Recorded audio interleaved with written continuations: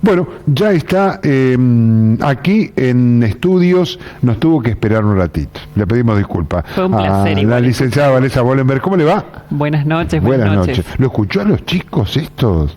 ¡Qué bárbaro! Ya te dije, va a ser difícil encarar el tema después de estos chicos. Me daba miedo preguntarle, porque genios. son tipos genios. ¿Qué le vas a preguntar a un chico así? Pero bueno, tratamos, viste, de ir piloteándola. Qué gran trabajo que hacen las escuelas Sí, también sí, de sí, acá la verdad que de Crespo. Impresionante, porque hay un historial justamente en las Olimpiadas de todas las escuelas, públicas, privadas, de todas, realmente muy, pero muy bueno.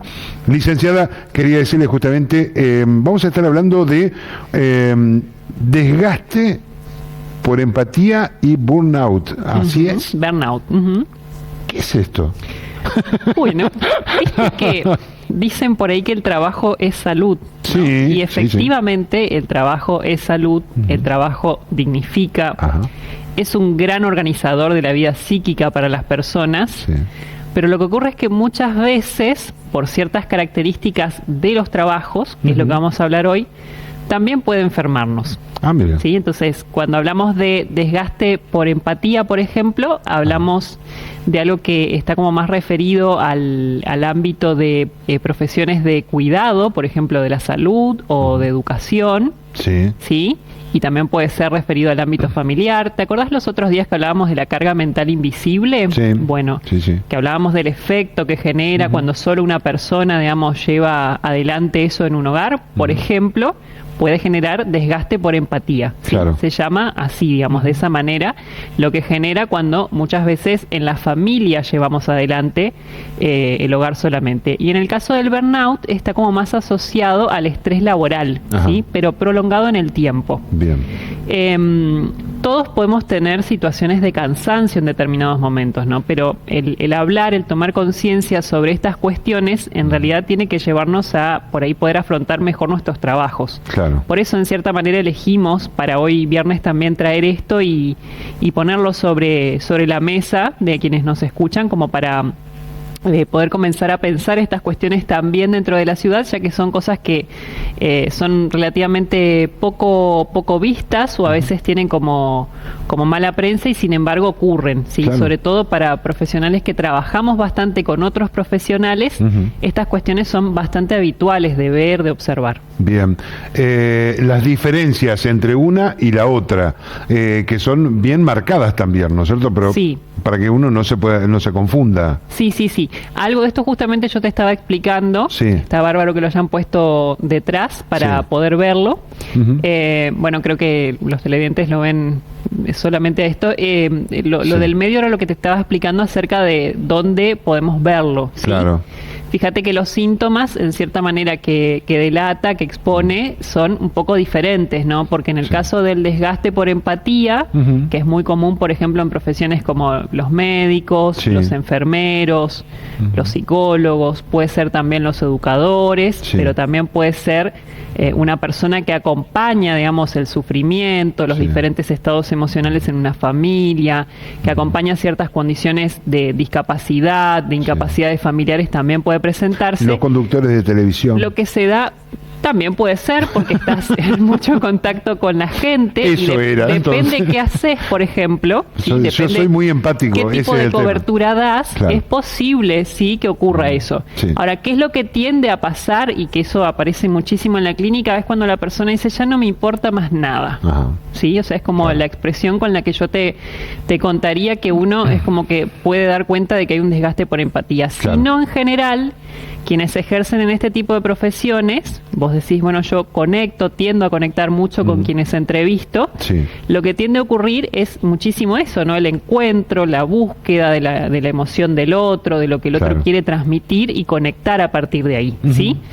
A veces, ¿qué es lo que ocurre? Que tal vez algo que nos está contando la otra persona nos mueve alguna fibra íntima, por ejemplo, y entonces puede aparecer ese desgaste por empatía. En el caso del burnout es bastante diferente, ¿sí? Porque acá lo que tiene que haber es, generalmente yo siempre digo, son empleados, son profesionales que aman lo que hacen, ¿sí? Que tratan de hacerlo de la mejor manera, y lo que ocurre es que hay un desgaste muy fuerte, muchas veces vinculado más que nada a que el trabajo es de alta demanda o alta presión, como estaba puntualizado en la placa, y también a veces porque los recursos que se dispone son muy escasos, ¿no? Entonces eso termina desgastando a la persona.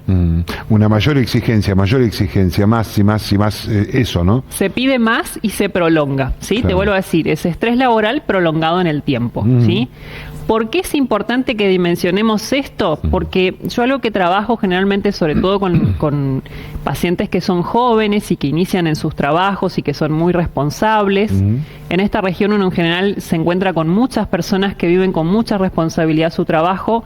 Yo siempre les planteo que la fuerza de trabajo está bueno que aprendamos a administrarlo en el tiempo, ¿no? Entonces está bueno que hoy ejerzamos bien, que trabajemos bien de la mejor manera, pero está bueno también poder pensar nuestro trabajo, el ejercicio, el desarrollo de lo que hacemos, más si es por vocación, como habitualmente se dice, que lo podemos pensar a lo largo del tiempo, ¿no? Es como, de alguna manera, aprender a distribuir las fuerzas. Yo creo que esto es clave y justamente ambas cuestiones nos introducen a lo que es el autocuidado, ¿sí? Que en eso, la verdad que todavía hay como bastante para construir, sobre todo en esta región, porque nos cuesta bastante, ¿no? El periodo de descanso, el poder hacer los cortes que necesitamos hacer. Fíjate, este dato que tenemos acá es de una investigación reciente de ADECO, abril del 2025, dice que el 65% de los empleados en Argentina reportó haber sido afectado por el síndrome de burnout.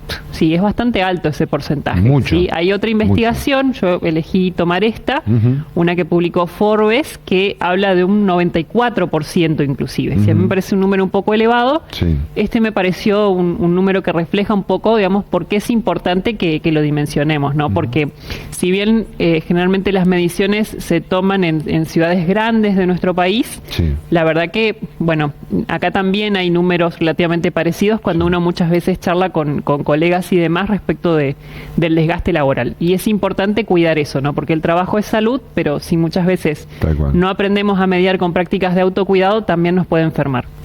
Hay distintas maneras de salir de esto, o por lo menos no llegar a esto también, ¿no es cierto? Sí, es muy importante tratar de no llegar a esto, ¿sí? Del burnout es muy difícil la recuperación, porque en general la persona tiende ya a sostener un deterioro, un nivel de agotamiento que es muy difícil la recuperación, ¿sí? Siempre hay muchas cuestiones que se puede hacer.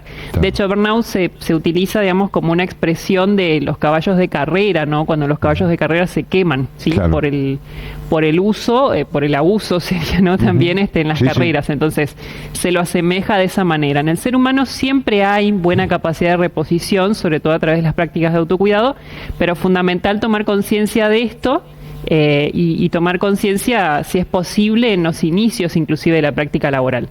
Muchos, en sus inicios laborales, de hecho, sobre todo los que somos profesionales de la salud, afortunadamente cada vez tendemos más también a trabajar a través de espacios de terapia, a través de espacios grupales, para justamente también a través de las supervisiones inclusive o el trabajo en equipo con otros, orientándonos, digamos, a esto, a poder preservar las buenas condiciones de salud, ¿no? Porque muchas veces nos ocupamos, miramos mucho a los demás, pero nos miramos poco. Claro, y me imagino también, licenciada, que cada persona debe tener su límite también. Digo, quizás el mismo trabajo hecho por otra persona no pasa esto y a otra persona sí, ¿no es cierto? Sí. ¿Puede pasar o no? Sí, por supuesto. Por ejemplo, para poder conocer esto acerca de los niveles de empatía, hay ciertas escalas que está bueno poder hacer el ejercicio a veces de poder entender. Generalmente, te vuelvo a decir, por ejemplo, en las profesiones, un buen profesional tiende a tener un muy buen nivel de empatía, ¿sí? Y entonces es más propenso, por ejemplo, al desgaste por empatía. Es decir, es posible que si vos decís, esta persona es un muy buen médico, también, o sea, tenga esta característica de la empatía, y por ende también está más propenso a experimentar ese tipo de fatiga. Claro, así que bueno, cualquier cosa, licenciada, consultar, siempre. Es fundamental eso, es fundamental buscar ayuda, es fundamental promover buenas prácticas de salud. Y más en estos casos tiene que ser ayuda profesional. Sí. Porque evidentemente ya está, cuando te sucede esto, estás a un nivel donde necesitas un profesional que sepa justamente, que estudie tu caso y que sepa bien, bueno, cómo ayudarte, ¿no? De alguna manera, en cualquiera de las dos. Vos dijiste algo que a mí me gustó mucho, que es esto de la singularidad, ¿no? Es muy importante eso, escuchar la particularidad de cada persona y respetar también eso. Licenciada, bueno, lindo tema hoy, ¿eh? Para el día viernes, para quedarme pensando si soy empático o no. A mí me pareció algo muy importante para traer, sobre todo porque genial. A veces elijo también en función de lo que observo, de lo que voy dialogando con otros colegas, de lo que vemos que muchas veces cuesta hablar. Entonces pienso que este es un buen espacio a veces como para comenzar a visibilizar ciertas cuestiones. Tal cual, a tener en cuenta.